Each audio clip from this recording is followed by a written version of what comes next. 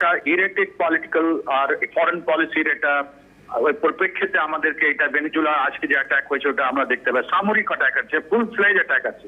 এই বিল্ড আপটা অনেকদিন ধরে চলছিল, লাস্ট গত 1 মাস ধরে বিল্ড আপ হচ্ছিল, রাইট? ওটাই আজকে পরিণতি হয়েছে, যেখানে ওরা নিজের এয়ারফোর্স নিয়ে আগে ওরা ডিনাই করেছে, এখন সরাসরি বোঝা যাচ্ছে যে আমেরিকা ওটা করেছে। না, ওরা ভেনেজুয়েলাকে কি করতে চায়? ভেনেজুয়েলার অ্যাকচুয়ালি অয়েল, ওদের কাছে ক্রুড অয়েল আছে, যেটা আপনার বিশ্বে এখন সব থেকে চিপেস্ট, যদি বিশ্বে কোনো জায়গায় যদি বিক্রি হয় ক্রুড অয়েল, ওটা আপনার ভেনেজুয়েলা বিক্রি করে। আর ওর মেইন স্টে অফ ইকোনমি আছে আপনার ক্রুড অয়েল, রাইট?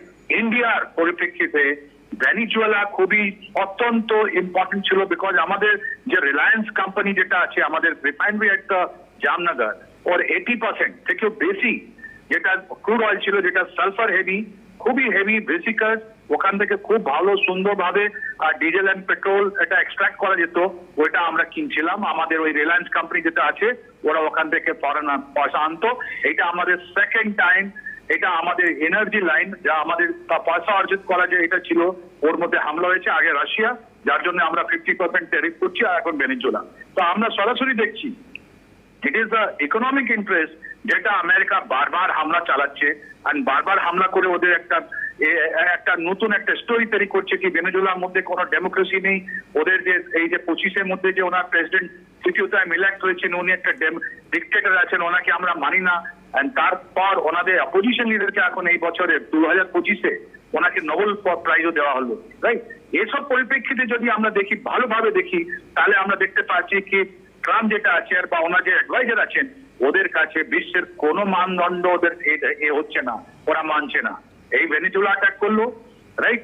ওরা একদিকে আরো একটা জিনিস আছে, ইন্ডিয়ার সঙ্গে সঙ্গে ওরা চায়নাকেও অনেকগুলো দিয়েছে, ক্ষতি করেছে, বিকজ ওর উপরে স্যাংশন যে ফেব্রুয়ারি মাস থেকে আবার লাগিয়েছিলেন ট্রাম্প 2025 থেকে, ওর জন্য ভেনেজুয়েলার মধ্যে অনেকগুলো ওদের যে নাগরিক আছে, আম নাগরিক আছে, ওদের অনেক প্রবলেম হচ্ছিল। আর অনেকভাবে ওরা চেষ্টা করেছিল যে ওরা কোন রকমে এনকেন প্রকারে ওই গভর্নমেন্টটাকে টপল করতে হয়। লাস্ট 2 মাস আগে ওরা বলেছিল যে ভেনেজুয়েলা থেকে আমাদের কাছে ড্রাগস আসছে, তাই জন্য ওদের একটা সেফ উপরে হামলা হয়েছিল, ওর মধ্যে যেটা সার্ভাইভার ছিল ওটাকে রি-অ্যাটাক করে মারা হলো। তাই জন্য ওদের সিনেট, আমেরিকান সিনেট মধ্যে ওদের যে ডিফেন্স সেক্রেটারি আছেন হেক্সেট, ওনাকে জিজ্ঞেস করা হলো কি তোমরা এই যে 2জন লোক যারা বেঁচেছিল ওকে তুমি মারলে কেন? এটা এখনো হেজি আছে। ওর জবাবটা হেক্সেট এখন দিতে পারেনি, এখন ভেনেজুয়েলাকে হামলা করা হলো।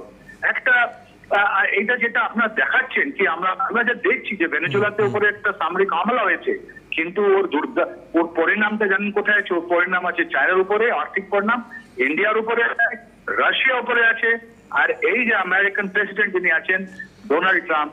আর এরকম উনি যে বলছেন না কি আমরা ইন্টারফেয়ার করছি না, যে ভেনেজুয়েলার কথা, বাংলাদেশ কথাটা আপনাকে মনে করিয়ে দিয়ে ওরা পয়সা দিয়ে ওখানে যেরকম প্রাইম মিনিস্টার শেখ হাসিনা বাজেটকে সরালো, সেম জিনিস, same story, same toolkit, same জিনিস চলছে আর ভেনেজুয়েলাতে, সেম কথা বলা হচ্ছে, ওদের মানুষকে উস্কানি দেওয়া হচ্ছে। অত্যন্ত গুরুত্বপূর্ণ বিষয় বললেন, অনেক ধন্যবাদ স্যার আপনাকে।